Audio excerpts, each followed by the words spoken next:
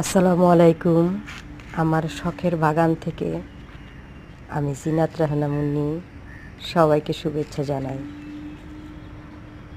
সবারই একটি শখ থাকে সুন্দর একটি বাগান করবার। আজ আমার বাগানে ফুল ফল মাশাআল্লাহ পরিপূর্ণ, তাই ভালো লাগছে, তাই সবার সাথে শেয়ার করলাম আমার বাগানের কিছু ফুলের দৃশ্য।